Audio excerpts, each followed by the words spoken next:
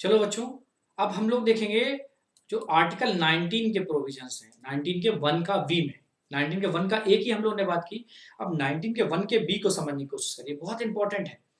ये क्या कहता है सुनो, ये कहता है कि शांतिपूर्वक सम्मेलन करना है आपको, शांतिपूर्वक कहीं पर संघ बनाने की नहीं, सम्मेलन करने के अधिकार है। हम लोग पहले शांतिपूर्ण सम्मेलन की बात करते हैं, लेकिन ये सम्मेलन कैसा होना चाहिए? ये सम्मेलन होना चाहिए शांतिपूर्वक, मतलब विदाउट आर्म्स, विदाउट आर्म्स होना चाहिए, मतलब निरायुध होना चाहिए। निरायुध का मतलब होता है हथियारों के साथ ले जाके स्वतंत्र नहीं कर रहे, तलवार ले गए, बर्छी ले गए, भारी गन गन लेके चले गए, है ना, और वहां जाके हम सम्मेलन कर रहे हैं और हवा में धाएं धाएं धाएं गोलियों के बौछार कर रहे हैं। इससे क्या हो सकता है? इससे अराजकता का माहौल फैल सकता है, दूसरे लोगों की जान को खतरा हो सकता है। तो शांतिपूर्वक सम्मेलन करना है, विद आर्म्स नहीं जाना है, विदाउट आर्म्स जाना है। विदाउट आर्म्स का मतलब हथियारों के बिना करने का अधिकार दिया गया हमने आपको सम्मेलन करने, ये नहीं हथियार ले गए लोगों को डरा रहे हैं।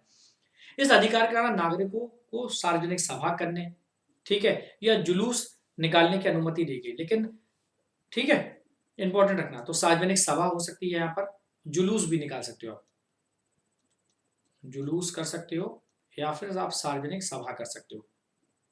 और इस पर भारत की प्रभुता और अखंडता या लोक व्यवस्था के हित में प्रतिबंध लगाए जा सकते हैं। तो यहाँ पर भी रीजनेबल रिस्ट्रिक्शंस, इनको हम क्या कहते हैं, युक्तियुक्त प्रतिबंध लगा सकते हो आप, युक्तियुक्त निर्बंधन लगा सकते हो। इस पर reasonable restrictions, reasonable R R लिखा है ना, इसका मतलब क्या होता है, रीजनेबल रिस्ट्रिक्शंस आप इन पर लगा सकते हो। ठीक है, तो ये बहुत इंपॉर्टेंट है रीजनेबल रिस्ट्रिक्शंस। इनके बेसिस पर मान लो आप कर रहे हो कहीं सम्मेलन और वहां पर किसी दूसरे लोगों को दिक्कत हो, या आप कोई एक ऐसा सम्मेलन जा रहे हो जो धार्मिक है और इससे दूसरे धर्म के लोगों को प्रॉब्लम हो सकती है, आप किसी मंदिर के सामने जाके कर रहे हो या किसी मस्जिद के सामने कर रहे हो, आप इंटेंशनली एक ऐसा कॉन्फ्रेंस कर रहे हो जिससे कॉन्फ्लिक्ट क्रिएट हो सकता है, तो वहां पर रीजनेबल रिस्ट्रिक्शंस के साथ शासन उसको अनुमति देने से रोक लगा सकता है। ठीक है, तो आर्टिकल 19(1) के वी को आपने समझा। एक और है आर्टिकल 19(1) का सी। अब सी भाई साहब क्या कहते हैं, बहुत इंपॉर्टेंट है, संघ या संगठन बनाने का आपको राइट है, संघ या संगठन, इसको बनाने का राइट है। इसके तहत क्या करोगे, भारत के सभी नागरिकों को संघ बनाने का अधिकार दिया गया, संगठन बनाने का अधिकार दिया गया। यह संघ सांस्कृतिक हो सकता है, राजनीतिक हो सकता है, आर्थिक आधार पर हो सकता है, और शैक्षणिक संघ भी आप बना सकते हो। ठीक है, शिक्षा के लिए काम कर रहे हो, सभी टीचरों का एक एक समुदाय मिलकर बात करना चाहता है सरकार, तो उन्होंने अपना एक संगठन बना लिया, शैक्षिक संघ बना लिया। तो इस अधिकार के तहत राजनीतिक दल, कंपनियां, सहकारी संघ, मजदूर संघ और क्लब बनाने की शक्ति मिल जाती है आपको। ध्यान देना मेरी बात, राजनीतिक दल बना सकते हो आप इसी आर्टिकल के प्रोविजन के तहत, कंपनियों की स्थापना कर सकते हो आप, सहकारी संघ, कोऑपरेटिव ऑर्गेनाइजेशन बना सकते हो, जैसे अमूल बनाएगा एक सहकारी संघ। ठीक है, मजदूर संघ बना सकते हो, कोई लेबर यूनियन बना सकते हो आप, और आपको क्लबों की स्थापना करने का भी अधिकार दिया है, क्योंकि वहां पर भी कुछ लोग आके उस क्लब के सदस्य बनेंगे। ठीक है, अब यहाँ पर रीजनेबल रिस्ट्रिक्शंस किस किस के लिए, ठीक है, सेना नहीं बना सकती। कौन नहीं बना सकता, याद रखना है, कौन नहीं बनाएगा,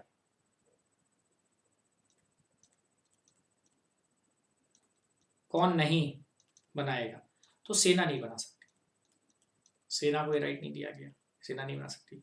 पुलिस का संघ नहीं होना चाहिए।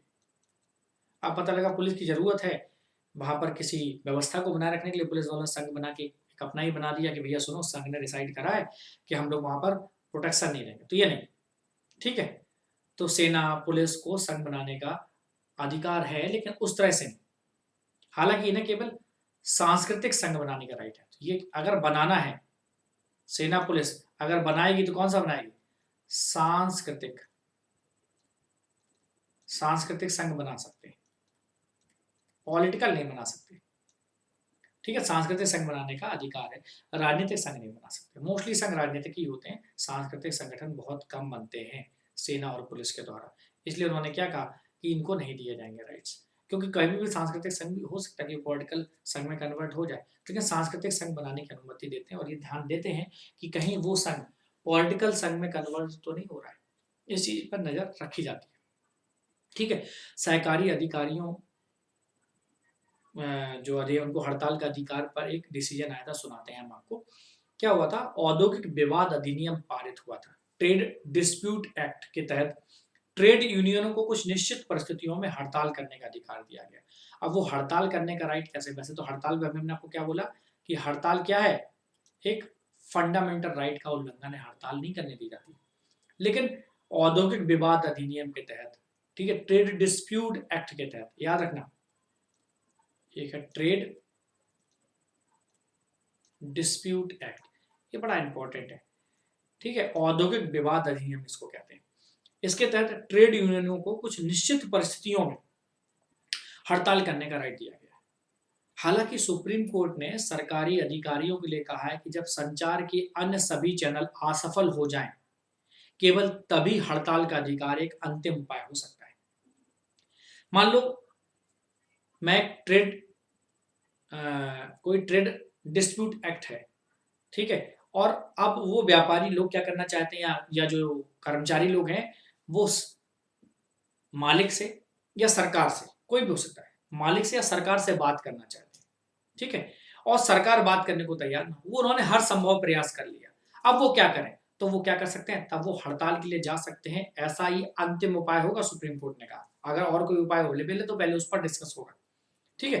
हालांकि इसे मूल अधिकारों के अंतर्गत सम्मिलित नहीं समझा जा सकता है, अतः सरकार ऐसी परिस्थिति में वो आवश्यक सेवा रख रखाव अधिनियम, ठीक है, एसेंशियल सर्विसेज मेंटेनेंस एक्ट लेके आती है। इसके तहत इसको लागू कर हड़ताल वापस लेने के लिए मजबूर कर सकती है। सुनो भैया, तुम्हारी वजह से बहुत ज्यादा दिक्कत हो रही है, तो क्या करो, हड़ताल वापस ले लो, नहीं तो हम तुमको नौकरी से हटा रहे हैं, ठीक है, ये काम कर सकती है। एसेंशियल सर्विस एक्ट वो ला सकती है, और वहां पर सर्विस में वो प्रोविजन कर सकती है कि आपको हड़ताल करने का राइट नहीं है। उच्चतम न्यायालय ने एक डिसीजन दिया था, टी के रंगराजन केस था, आप याद रखना, टी के रंगराजन वर्सेस तमिलनाडु केस था, ठीक है, ये 2003 में हुआ था ये केस, बहुत इंपॉर्टेंट केस है, इसको समझने की कोशिश करिए। अब टी के रंगराजन वर्सेस तमिलनाडु केस में सरकार ने कहा कि सरकारी अधिकारियों को हड़ताल का मूल अधिकार प्राप्त नहीं है। तो क्या लिखा, सरकारी अधिकारी हड़ताल नहीं कर सकते, बहुत इंपॉर्टेंट है, नहीं कर सकते, ये फंडामेंटल राइट सरकारी अधिकारियों को नहीं दिया गया, ठीक है। अब चलिए हम लोग एक और आर्टिकल देखते हैं, बहुत इंपॉर्टेंट है हमारे लिए आर्टिकल, इसको चलिए हम लोग समझने की कोशिश करते हैं। अब देखिए आर्टिकल 19 का 1 का डी बड़ा इंपॉर्टेंट है, क्या कह रहा है, आर्टिकल 19 का 1 का डी, ये क्या कह रहा है, आबाद संरक्षण का अधिकार। आबाद मतलब भारत के राज्य क्षेत्र के अंदर है, आबाद संचरण, कहीं भी आने जाने की स्वतंत्रता का अधिकार। भारत के नागरिकों को भारत के राज्य क्षेत्र में कहीं भी आने जाने की या फ्री मूवमेंट का अधिकार दिया गया। हालांकि जनसाधारण के हित में या फिर एससी या फिर एसटी जनजाति के हित में इस पर कुछ युक्त प्रतिबंध लगाए जा सकते हैं। यह प्रतिबंध अनुसूचित जाति की संस्कृति, भाषा, रीति रिवाज आदि को सुरक्षित रखने के हिसाब से लगाए जाते हैं, ठीक है। तो समझ लिया रीजनेबल रिस्ट्रिक्शंस क्या, अगर आप वहां कहीं जा रहे हो, किसी की भाषा को नुकसान हो सकता है, किसी की संस्कृति को नुकसान हो सकता है, किसी के रीति रिवाजों को आप ठेस पहुंचाने तो नहीं जा रहे, तो उसके लिए क्या कर सकते हो आप, वहां पर उन पर रीजनेबल रिस्ट्रिक्शंस लगा सकते हैं। एक और है आर्टिकल 19 का ही निवास और बस जाने का अधिकार। देखिए 19 का 1 का ई, ये क्या कहता है कि निवास और बसने के अधिकार की बात करता है, निवास और बसने के अधिकार की बात करता है। अब ये निवास और बसने का अधिकार क्या, देखो समझो, यह भारत के नागरिकों को भारत के राज्य क्षेत्र के किसी विभाग में निवास करने या फिर उसमें बस जाने का एक अधिकार देता है। मतलब विशिष्ट परिस्थितियों में जनसाधारण या फिर एससी और एसटी मतलब अनुसूचित जाति जनजातियों के हित पर इस पर भी प्रतिबंध लगाए जा सकते हैं, ठीक है। अब ये क्या करता है, ये देश के आंतरिक अवरोधों को समाप्त कर राष्ट्रवाद को प्रोत्साहित करता है, ठीक है। आप कहीं भी जाके बस सकते हैं, कहीं भी जाके निवास कर सकते हैं, बस रीजनेबल रिस्ट्रिक्शंस को ध्यान रखना है कि दूसरों के हितों को आप प्रभावित नहीं कर रहे हो, तो वहां पर निवास और बसने का अधिकार दिया गया है, ठीक है। अब 1 डी और ई पर कुछ प्रतिबंध है, इन दोनों पर वन का जो डी है इस पर और वन का ई है, इस पर कुछ रीजनेबल रिस्ट्रिक्शंस लागू होते हैं।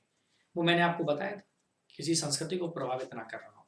अब किसी राज्य क्षेत्र में आप कहीं जाना चाह रहे हो, ठीक है, आपको निवास और बसने का अधिकार दिया गया, ठीक है। अब कहीं पर ऐसा ना हो जाए कि इस अधिकार के तहत भारत के जो एकल क्षेत्र होने की संकल्पना बढ़ती है, मतलब राष्ट्रवाद बढ़ता है, हमने पहली बात कही नंबर 1, वो बहुत इंपॉर्टेंट है, ठीक है। तो ये दोनों अनुच्छेद परस्पर संबद्ध है और वास्तव में एक दूसरे का अनुसरण करते हैं, क्यों, जब जाओगे तभी तो बसोगे, ठीक है। लेकिन इस पर कुछ रीजनेबल रिस्ट्रिक्शंस लगाए गए, कुछ प्रतिबंध लगाए गए। वो प्रतिबंध क्या है? मान लो लोक व्यवस्था का प्रश्न आ जाए, रीजनेबल रिस्ट्रिक्शंस में क्या केस है? मान लो भैया लोक व्यवस्था की बात आ जाए, हो सकता है आपके जाने से वहां में लोक व्यवस्था में डिस्टर्बेंस आ जाए, ठीक है। यदि अधिकारियों को ये संदेह है कि मान लो मैं कोई व्यक्ति हूं और मैं कहीं जा रहा हूं तो मेरे जाने से एक क्षेत्र में लोक व्यवस्था को खतरा उत्पन्न हो सकता है, तो इससे इस अधिकार पर कुछ प्रतिबंध लगाए जा सकते हैं। हालांकि यह प्रतिबंध दमनकारी या मनमाना नहीं होगा, ध्यान रखना। हो क्या रहा है वो इंपॉर्टेंट नहीं है, प्रोविजंस क्या है हम वो पढ़ रहे हैं, ठीक है। तो ये दमनकारी या मनमाना नहीं होना चाहिए, ठीक है। दूसरा, सुरक्षा कारण। दूसरा, सुरक्षा कारण भी एक कारण हो सकता है। मान लो जैसे आप बाइक चलाते हो, बढ़िया से हेयर स्टाइल बनाई, बढ़िया सा गॉगल लगाया रेवन का और एकदम हेलमेट नहीं लगाया और एकदम निकल लिए, ठीक है। तो सरकार क्या कर सकती है? सुनो भैया, अगर तुम बाइक चलाओगे तो क्या करोगे? हेलमेट पहन के आओगे। ये नहीं कह दो कि भैया सुनो हमारा तो कहीं भी जाना है, कहीं भी आवाज संचरण का अधिकार है, तुमने हमको कैसे रोक लिया? नहीं, हेलमेट पहनना है। सुरक्षा एक इंपॉर्टेंट कारण है, ठीक है। तो 2 पहिया वाहनों के लिए हेलमेट का प्रोविजन कर सकते हो, 4 पहिया वाहनों के लिए सीट बेल्ट का प्रोविजन कर सकते हो। इस पर अगर नहीं कर रहे हो चालान कर सकते हो, दंडिक कार्रवाई कर सकते हो, कोई नहीं मान रहा उसके बाद फिर चालान कर सकते हो, इंपॉर्टेंट है। तो किसी क्षेत्र के नागरिकों के विरुद्ध निष्कासन का आदेश भी दिया जा सकता है इस रीजनेबल रेस्ट्रिक्शंस के, ठीक है।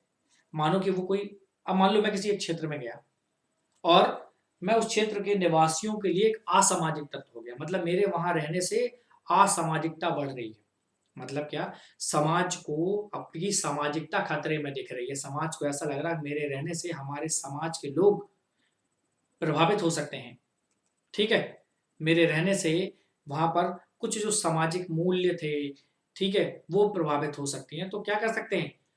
तो वहां के समाज के लोग मिलके मुझे निकालने के लिए कह सकते हैं। ये काम कौन करेगी? पुलिस करेगी। उदाहरण के लिए मान लो कि मुझे किसी राज्य से निष्कासित किया जा सकता है। कैसे? मान लो मैंने कोई क्राइम किया है और मैं किसी जो गवाह है मैं उसको डरा रहा हूं, धमका रहा हूं, सुन बे, अगर तू वहां गया तो समझ लेना तुझे छोड़ूंगा नहीं मैं। तो ये प्रोविजन क्या है? ये प्रोविजन वो प्रोविजन है कि आप गवाह को डरा रहे हैं, धमका रहे हैं, तो तड़ी पार नहीं कहते, चल तड़ी पार हो जा। मूवियों में आपने देखा होगा, तेजाब मूवी देखी अनिल कपूर की, अनिल कपूर को उस मूवी में तड़ी पार कर दिया जाता है। तेजाब मूवी समझ रहे हो कि गाना था 1 2 3 4 5 6 7 8 9 10 11 12 13, तेरा करूं गिन गिन गिन गिन, इंतजार आजा पिया आई बहार। तो इस मूवी में अनिल कपूर को तड़ी पार कर दिया था, मतलब वहां पर लोगों को ऐसा लग रहा था कि ये गवाह को प्रभावित कर सकते हैं, कोर्ट को ऐसा लगा, तो लोगों ने उनके खिलाफ कहा कि भैया इससे गवाहों को खतरा है, तो उनको तड़ी पार कर दिया जाता है। सुनो भैया, ये गवाहों को डरा धमका सकता है, ठीक है।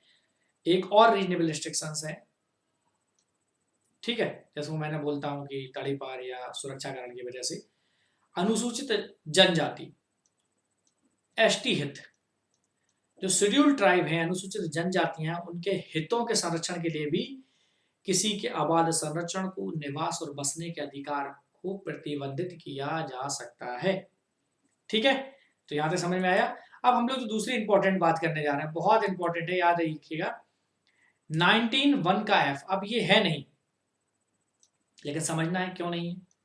19(1) का एफ, ठीक है, संपत्ति के अधिकार की बात की गई थी यहां पर। इसमें क्या था? अब तो ये अधिकार ही नहीं बचा। इसमें संपत्ति का प्रोविजन क्या है, संपत्ति के अधिकार की बात, आप कमा सकते हो, उसको रख सकते हो, ठीक है, और बेच सकते हो। सामाजिक और आर्थिक समानता लाने के उद्देश्य से एक 44th अमेंडमेंट किया गया। 44th अमेंडमेंट, 44वां संविधान संशोधन 1976 में किया गया।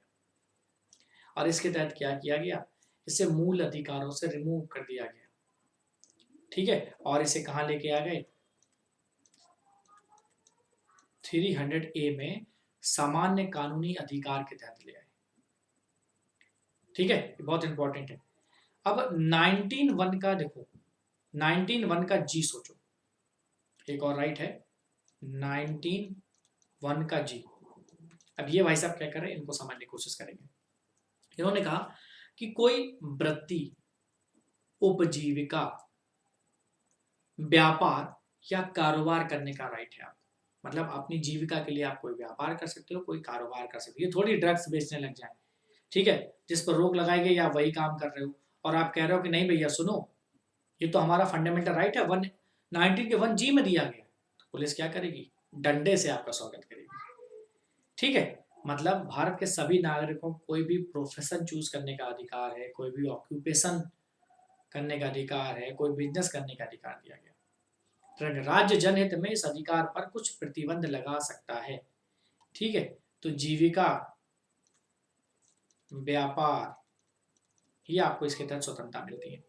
रीजनेबल रिस्ट्रिक्शन लगा सकते हैं, जैसे नशीली दवा का प्रयोग वर्जित है, शराब जैसे आहितकारी चीजों का सेवन वर्जित कर सकते हैं, खुले में नहीं पियोगे आप, अफीम, चरस, गांजा नहीं बेचोगे, नहीं हम तो बेच रहे हैं, ले लो अफीम, ले लो अफीम, ले लो अफीम, ले लो चरस, ले लो चरस, ले लो चरस, तो डंडे के साथ स्वागत करेगी पुलिस आपका। क्यों, इस पर रीजनेबल रिस्ट्रिक्शंस हैं, क्योंकि लोक स्वास्थ्य को खतरा है ना, लोगों के स्वास्थ्य को खतरा है, लोगों की जान को खतरा है, ठीक है। तो इसके लिए टेक्निकल क्वालिफिकेशन निर्धारित की जाती है कि कौन सा व्यापार आप कौन सा व्यापार आप कर सकते हो, कौन सा नहीं कर सकते हो। इसके लिए एक नेगेटिव लिस्ट बनाएगी कि ये आप नहीं कर सकते हो, किसी व्यापार को करते समय आप ये काम नहीं कर सकते हो, ठीक है। अब बहुत इंपॉर्टेंट है राष्ट्रीय आपातकाल, एक बहुत इंपॉर्टेंट है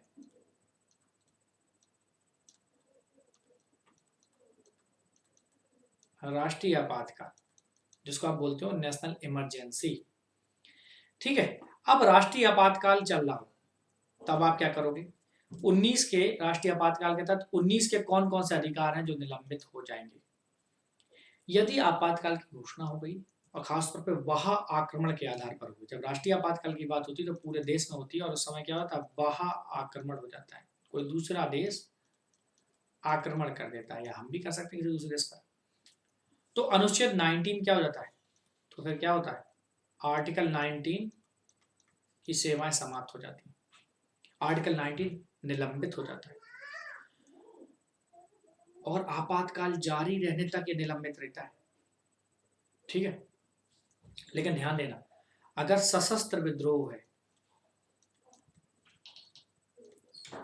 सशस्त्र विद्रोह है, तो आर्टिकल 19 खत्म नहीं होगा, आर्टिकल 19 जारी रहेगा।